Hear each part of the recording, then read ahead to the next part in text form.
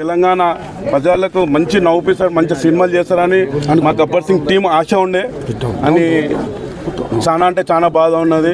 ఎప్పుడన్నా కూడా ఇండస్ట్రీ నుంచి నేను ఒక కోరుకుంటున్నా మా గబ్బర్ సింగ్ టీము, మా అన్న వేరే బిజినెస్ లేవు, వేరే దందలు లేవు, మా వదినకు ఇంట్లో కూర్చొని సాగిండు, మా వదినకి ఏ ఓనర్ లేదు. ఏ హీరోల పేర్లు ఎత్తినామో, ఏ విష్ణుబాబు, మోహన్ బాబు, ప్రభాస్ గారు, ఏ హీరోలతో మా అన్న ఫిష్ వెంకట్ అన్న చేశాడు కదా, ఆ కోసమన్న మా వదినమ్మకు మీరు అందరు కలిసి, ఆమెకు ఏ ఓనర్ లేదు, మీరు అందరు కలిసి ఏమన్నా చేయాలని మా గబ్బర్ సింగ్ టీం కోరుకుంటున్నాము.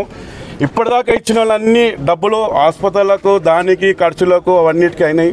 ఇప్పుడు మా వదినమ్మకు ఏమన్నా చేయాలని మా గబ్బర్ సింగ్ టీం రిక్వెస్ట్, మీకు పాదాలు దండాలు. ఏ ప్రభాస్ గారు 50 లక్షలు అని చెప్పి పబ్లిసిటీ అయిందో, అదే 50 లక్షలు ఇస్తే మా వదినకు, మా అన్న పేరు మీద మా వదినే 100 ఏళ్ళు బతికి మిల్లని దేవునిలాగా చూసుకుంటుందని మా గబ్బర్ సింగ్ టీం కోరుకుంటున్నాను. ఫిష్ వెంకట్ అన్నకు నాకంటే చాలా బంధం అన్న. అంటే మేము ఆది సినిమా నుంచి కంటిన్యూగా చేస్తున్నాం. వివి నెక్స్ట్ సినిమాలు సార్, ఆది, యోగి, అట్నే బన్నీ సినిమాలు, చాలా సినిమాలు చేశాము. ప్లస్ మాకు ఉన్న కష్టాల్లో చాలా హెల్ప్ చేసిన వ్యక్తి.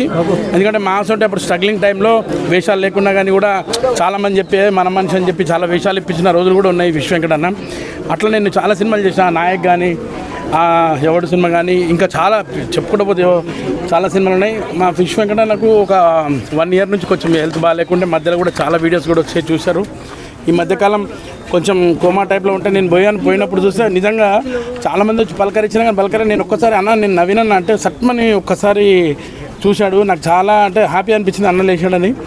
మొన్న లాస్ట్ వీక్ అట్లా కలిశాను, కానీ సడన్గా చనిపోతే చాలా బాధ అనిపిస్తుంది. ఎందుకంటే ఒక మంచి నటుడు, మన ఇండస్ట్రీలో, తెలుగు ఇండస్ట్రీలో అందరు బాగా ఆదరించే నటుడు మా ఫిష్ వెంకట్ అన్న ఈరోజు లేకపోవడం చాలా బాధ అనిపిస్తుంది.